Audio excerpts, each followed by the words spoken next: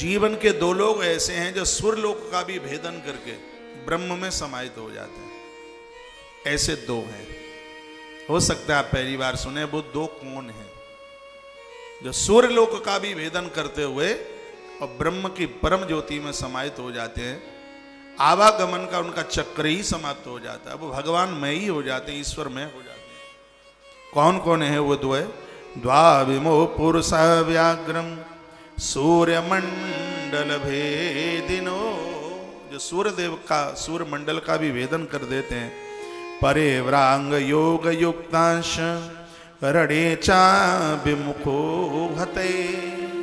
दो हैं, एक तो परिव्राजक यानी सन्यासी, ऐसा सन्यासी जिसने अपने धर्म की पूर्ति की है।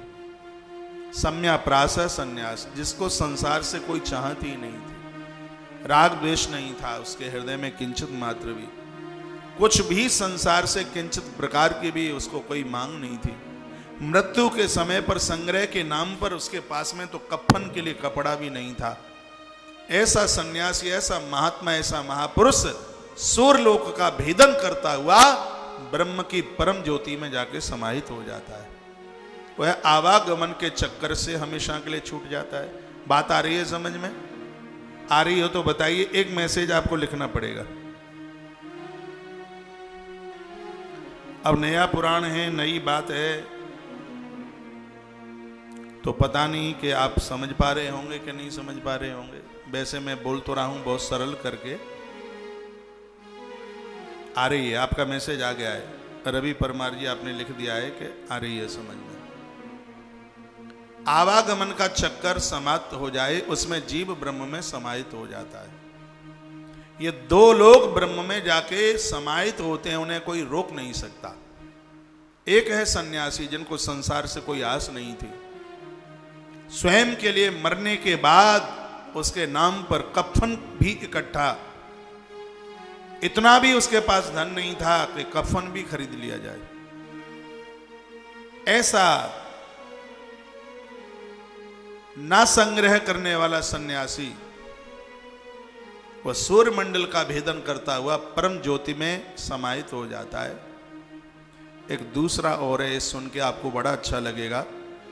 वो है युक्ताश रणे चा विमुखे हता। ऐसा योद्धा, ऐसा सैनिक, किसी मां के उदर से जन्म लेने वाला ऐसा वो वीर जो युद्ध में जिसने कभी अपनी पीठ न दिखाई हो, दुश्मन के बाण अपनी छाती पर सहता हुआ और रण क्षेत्र में ही अपने जीवन को समाप्त कर देता है, उसके लिए गरुण पुराण में लिखा है कि भगवान विष्णु कहते हैं, हे गरुण, सूर्यलोक का भेदन करता हुआ ऐसा योद्धा उस परम ज्योत में जाकर के समाहित हो जाता है। जिन माताओं ने ऐसे वीर सपूतों को जन्म दिया है, और कभी ऐसी घटना भी घट जाए, इसमें तो स्पष्ट लिखा है, ऐसे वीरों का, ऐसे परिव्राजक सन्यासियों का कोई पिंडदान तर्पण अर्पण करने की जरूरत ही नहीं पड़ती, वो अपने आप में मुक्त होकर के जाते हैं। स्पष्ट लिखा है इसमें।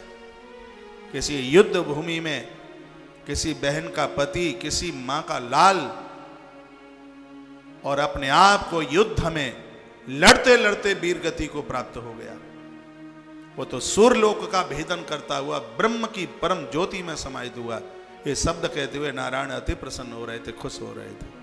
कहा गरुण, एक तो परम ज्योति को एक योद्धा प्राप्त होता है, समाहित हो जाता है, और एक है सन्यासी, वो महापुरुष जिसने अपना पूरा जीवन इस संसार के कल्याण में ही निकाल दिया। उसने तो अपने लिए भी तो श्वास भी नहीं ली, अपने लिए उसका कोई जीवन ही नहीं था। परमार्थ के कार्य साधन धरा शरीर, जिसका जीवन ही दूसरों के लिए था,